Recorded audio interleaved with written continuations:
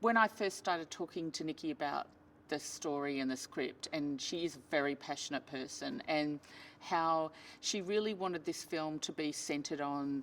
Mulan and her discovering her inner power and strength. And so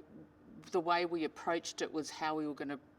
tell that story to the audience in a visual sense. And so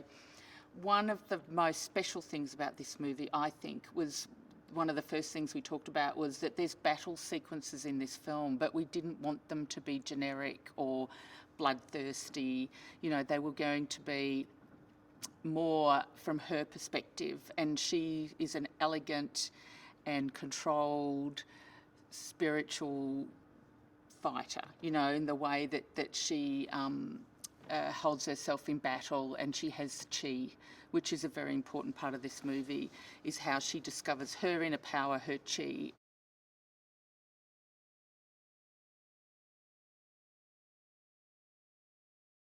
We have had a special chi lens made that gives like a chromatic aberration around her to be magical. And so I took these ideas into Panavision months before, and Dan Sasaki at Panavision, who's an amazing genius, spent months making these lenses out of different glass that he'd found. Old glass, some from the 1800s, some of it was from 50 years ago, and created these lenses that helped tell the story emotionally. And so Niki and I would watch,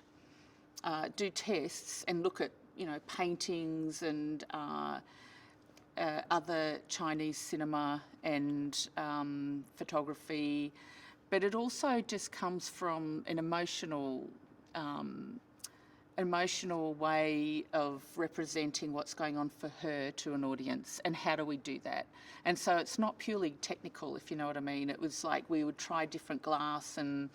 different images and lighting and ways of composing the shots to tell the story to the audience.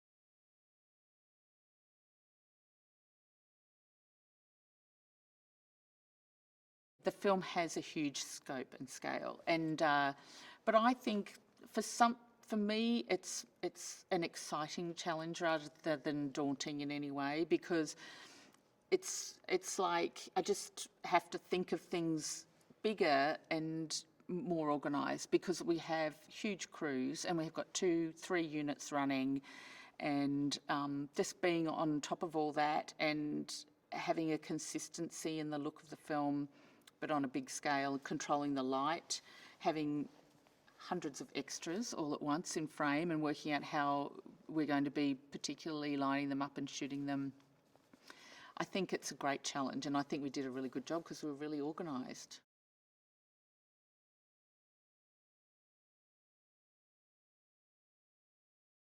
We spent quite a bit of time in China looking around at at our locations and the historical locations like the Toulouse and the Imperial City and all the locations. I took a lot of stills photos, and that sort of became part of our visual language, you know, talking about our visual language and like I said, the previs and concept art. But it's sort of, I always think about a film is that you glean sort of little things from different influences, and so the film becomes its own original entity.